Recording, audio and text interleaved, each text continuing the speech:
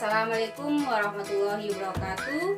Berjumpa lagi dengan saya pada mata pelajaran ekonomi kelas 12. Pada video kali ini saya akan menyampaikan materi tahap terakhir dari siklus akuntansi perusahaan jasa, yaitu tahap pelaporan. Setiap perusahaan wajib melaporkan kinerja keuangan dalam bentuk informasi akuntansi. Pelaporan keuangan merupakan tahap terakhir siklus akuntansi perusahaan jasa. Dari laporan keuangan dapat diketahui kinerja perusahaan selama satu prodi akuntansi.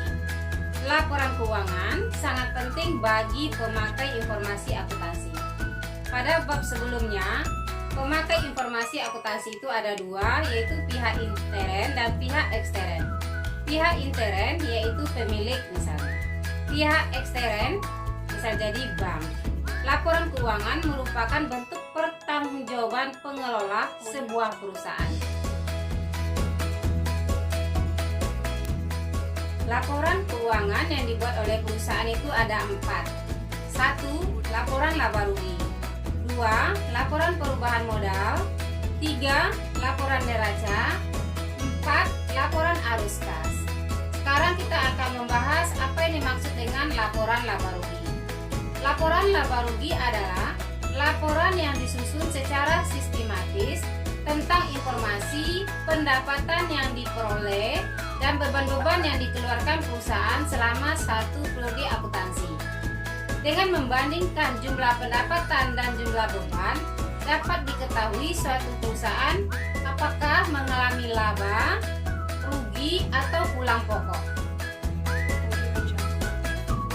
Perusahaan akan mengalami laba apabila pendapatan lebih besar daripada beban-beban yang dikeluarkan.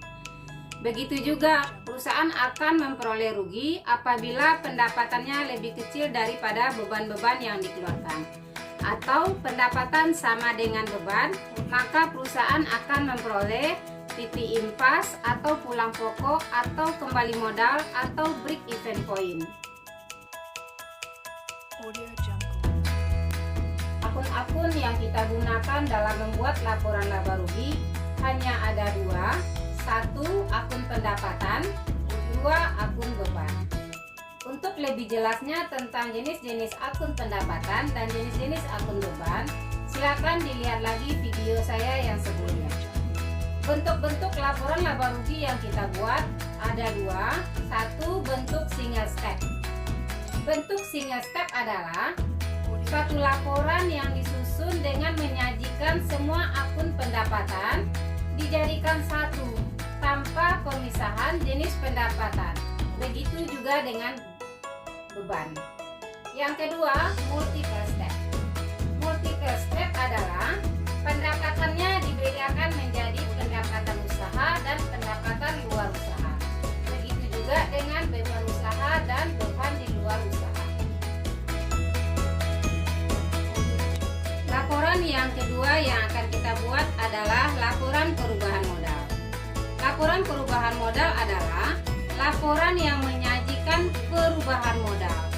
Apakah modal kita mengalami penambahan, pengurangan, atau tetap setelah kita melaksanakan kegiatan usaha dalam satu prodi akuntansi.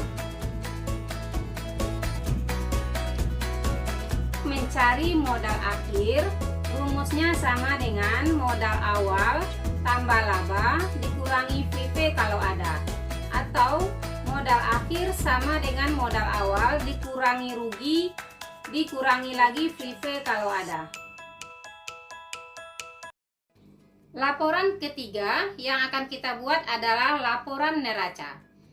Adalah suatu laporan yang menyajikan informasi posisi keuangan antara aktiva dengan pasiva apakah sama. Bentuk neraca yang kita buat ada 2. Pertama, bentuk stafel. Kalau bentuk stafel bentuknya menurun, di atas aktiva, di bawah pasiva. Kalau bentuk kontrol bentuknya ke samping, aktiva pasiva. Jadi antara aktiva pasiva, harta sama dengan utang tambah modal. Akun-akun yang akan kita gunakan dalam membuat neraca ada 3. Yang pertama, harta. yang kedua utang, yang ketiga modal. Seperti ilustrasi saya pada video sebelumnya, untuk memudahkan Anda dalam mengingat akun-akun yang kita masukkan dalam suatu laporan, kalau akun laba rugi yang kita masukkan hanya akun pendapatan dan akun beban. Kalau neraca yang kita masukkan hanya ini, harta, utang, dan modal. Untuk jenis-jenis harta bisa dilihat pada video sebelumnya. Untuk lebih memahami, mari kita mempraktekkan bagaimana cara membuat laporan laba rugi, laporan perubahan modal, laporan neraca, dan laporan arus kas dari kertas kerja yang sudah kita buat pada tahap pengiktisaran pada video sebelumnya. Sekarang kita akan mempraktekkan bagaimana cara membuat laporan keuangan. Kita akan melihat kertas kerja yang sudah kita buat pada praktek tahap pengiktisaran. Ini kertas kerja yang sudah kita buat. Kita akan membuat laporan laba rugi. Laporan laba rugi yang kita lihat adalah kolom laba rugi nih. Jadi yang kolom laba rugi akunnya hanya akun pendapatan, ini kita salin, akun pendapatan dan akun beban-beban. Akun pendapatan, akun beban-beban ini. Ini akun pendapatannya 2, akun bebannya ada 9. Nah, kita buat ke laporan laba rugi.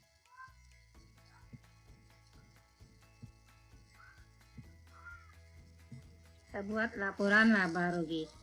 Laporan laba rugi ada 2 bentuk single step dan multiple step. Kalau bentuk single step, pendapatan usaha dan pendapatan luar usaha kita satukan, begitu juga dengan beban usaha dan beban di luar usaha kita satukan. Jadi ini, nah, jumlahkan semua pendapatan, jumlahkan semua beban-beban, maka diperoleh laba bersih 7.510.000. Ini single step, tidak ada pemisahan antara pendapatan atau beban usaha dengan pendapatan atau beban di luar usaha. Berbeda dengan bentuk multiple step. Kalau multiple step, kita bedakan antara pendapatan usaha, beban usaha dengan pendapatan dan beban di luar usaha. Kalau pendapatan sewa ini berarti pendapatan di luar usaha. Dapat komisi berarti membayar beban komisi berarti beban di luar usaha. Jadi apakah bentuk single step yang kita buat ataupun bentuk multiple step, dia laba yang akan kita peroleh sama. Sama-sama 7.510.000. Jadi yang dimasukkan, yang kita lihat dari kertas kerja tadi adalah kolom laba rugi. Kolom laba rugi hanya pendapatan dan beban-beban ini, angka ini kita salin semua di laporan laba rugi. Sekarang mari kita membuat laporan perubahan modal lagi. Laporan perubahan modal. Kita akan mengetahui apakah modal kita setelah berusaha mengalami pengurangan atau penambahan atau tetap.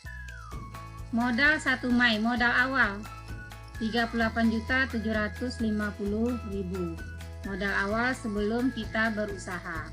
Dapat laba tadi 7510, ini laba ini kita peroleh dari sini 7.510.000. Prepay-nya ada di kertas kerja tadi 350.000. Ini prepay.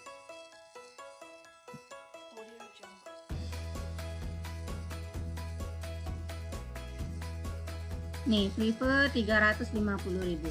Jadi prepay ini mengurangi modal. Prepay mengurangi modal. Ini modal kita dilihat di neraca. Modal kita lihat di neraca, prepay dilihat di neraca. Laba atau ruginya kita lihat di laporan laba rugi kita. Nah, ini.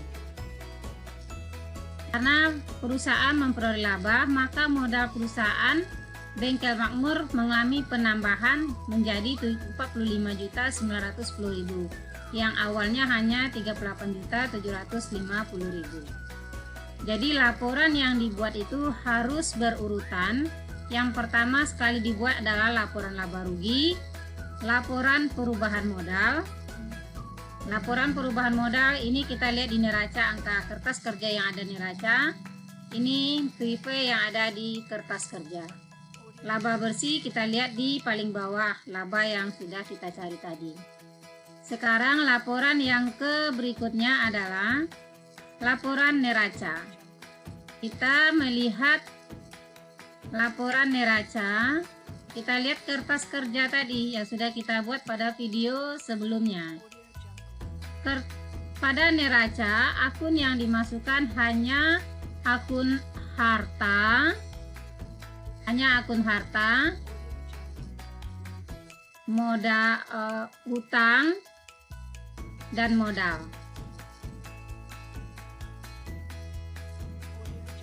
Akumulasi, ini utang. Akumulasi penyusutan ini mengurangi aktiva tetap.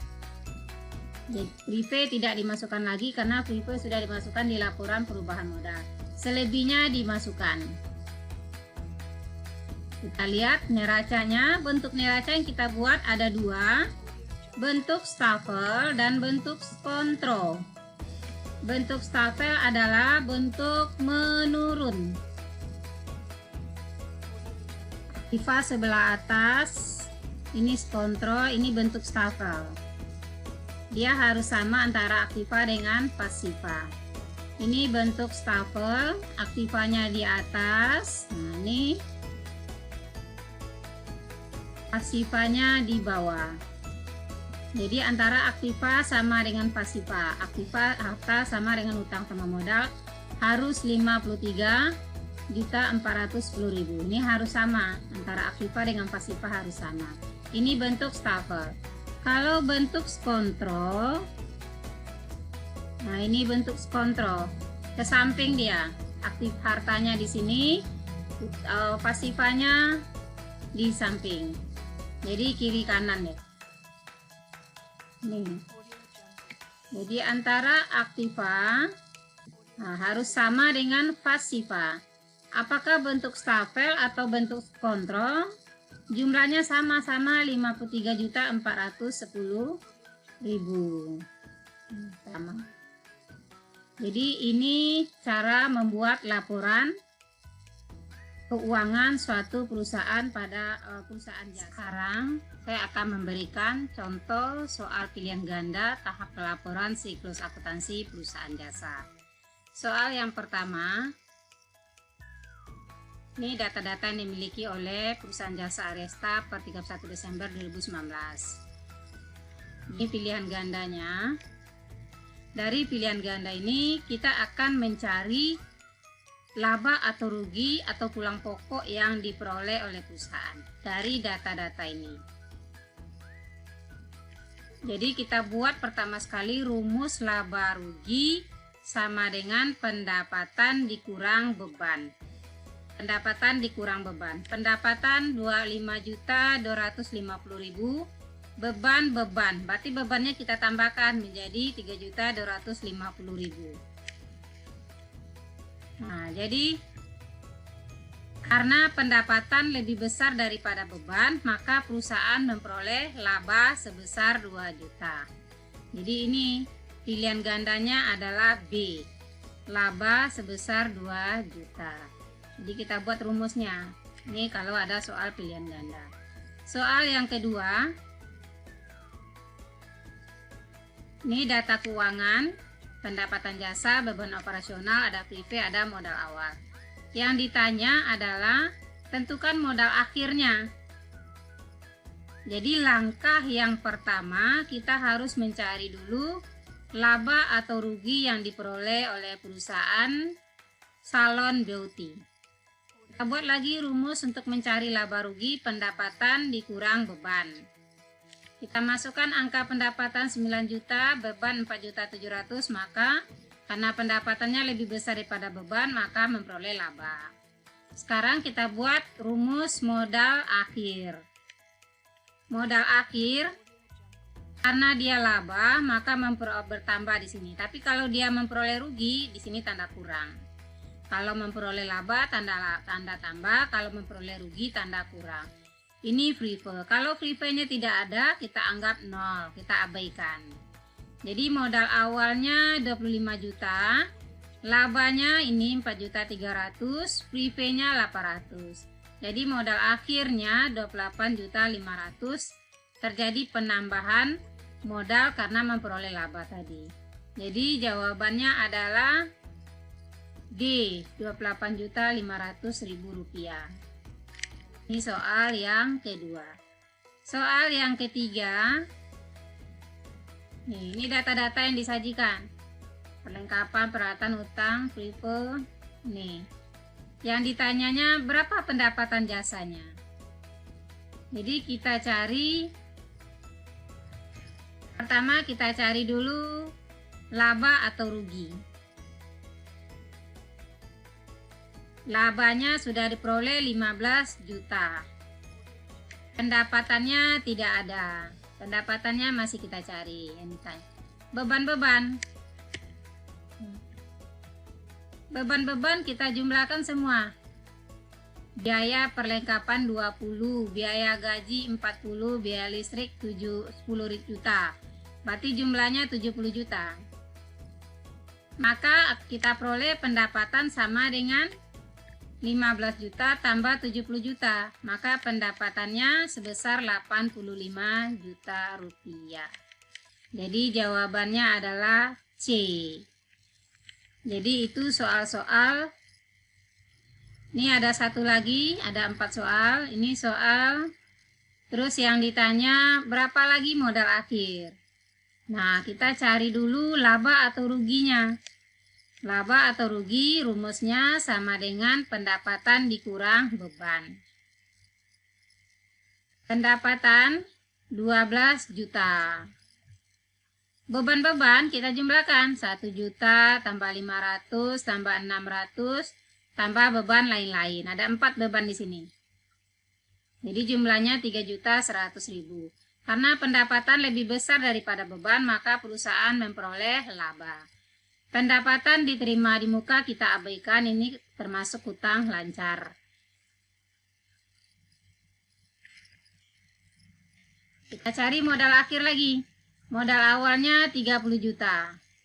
Labanya 8.900.000. Free pay-nya 700, maka modal sekarang, modal akhir 38.200.000. Semula modalnya hanya 30 juta. Karena memperoleh laba 8.900.000, maka modal akhirnya 38.200.000 rupiah. Pendapatan diterima di muka kita abaikan karena tidak diperlukan, hanya untuk soal pengecoh. Setelah kalian menonton video materi tahap pelaporan siklus akuntansi perusahaan jasa, pendidikan karakter yang ditekankan di sini adalah tanggung jawab. Data akuntansi yang relevan dan akurat bermanfaat untuk menilai kinerja keuangan suatu perusahaan. Untuk menyajikan data akuntansi tersebut diperlukan sikap tanggung jawab. Data akuntansi yang tidak dapat dipertanggungjawabkan, keakuratannya akan merugikan pemakai informasi akuntansi. Sikap tanggung jawab tidak hanya dalam kegiatan akuntansi, hendaknya dibiasakan juga dalam kehidupan sehari-hari. Misalnya, kalau kalian diberikan tugas oleh guru, maka kerjakanlah dengan penuh tanggung jawab tugas tersebut. Ini tahap pencatatan siklus akuntansi perusahaan jasa yang bisa saya sampaikan. Mudah-mudahan kalian bisa memahami